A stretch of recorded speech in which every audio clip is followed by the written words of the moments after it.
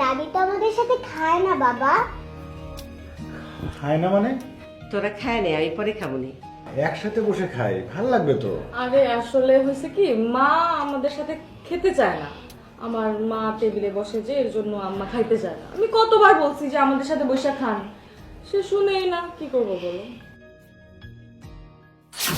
মা নিয়ে নেন তো, তরকারি নিয়ে নেন, খাও, তাড়াতাড়ি শেষ করো, কালকে স্কুল আছে আবার সকালে।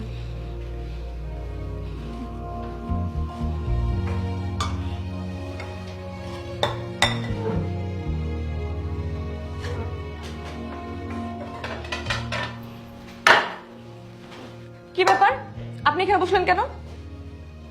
আমি খাবো না। আমি খাবো না মানে কি? দেখতেছেন না আমার মা বসছে, মেয়ে বসছে, ওরা এখন খাবে, তারপরে সব থালা বাসন কে ধুবে? খাওয়া দাওয়ার পরে তো আমি ধুয়ে দিব। একটু পরে খাইলে মইরা যাবেন না। এই প্লেট গুলা ধুইয়া তারপরে খাইতে বইন। এখন জানেন থেকে দাদি আমাদের সাথে খাক না নানি। এই তুই চুপ কর, তোর এত কথা বলছি, চুপচাপ খা।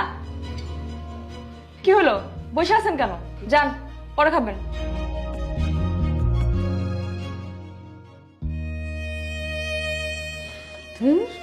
খাওয়া না, মুখটাই নষ্ট করেছি। বিয়ানরে তো আমি কতবার করে বলছি যে বিয়ান আসেন আমরা একসাথে খাই, কিন্তু বিয়ান কোনোদিনও আমার কথা শুনেই নেই। মা, কি সমস্যা? একসাথে খেতে চাও না কেন? আসো সবাই একসাথে খাই। সবার সাথে খাইতে আমার ভালো লাগে না বাজান, আমি একলা খাবো, অসুবিধা নাই। তোরা খা। রান্না কেমন হয়েছে বাজান? তুমি রান্না করছো? আরে না, কি বলো, আম্মা কেন রান্না করবে? আমি রান্না করছি।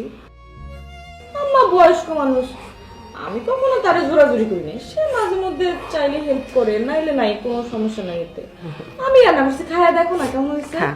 আম্মা আপনি ঘরে যান, আমি আপনার খাবার ঘরে ঠিক পাঠিয়ে দিতেছি। ঠিক আছে। খাও, টাকা আছে কেন?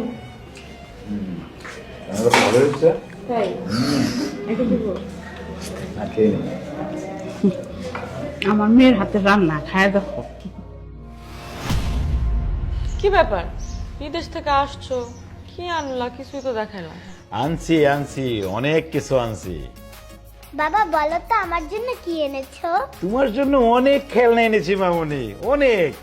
কি মজা কি মজা, আমি খেলবো আমি খেলবো। দুলা ভাই শুধু কি নিজের মেয়ের জন্য আর বউয়ের জন্যই আনছেন, আমার জন্য কিছু আনেন নাই? তোমার জন্য কি কিছু না এনে পারি?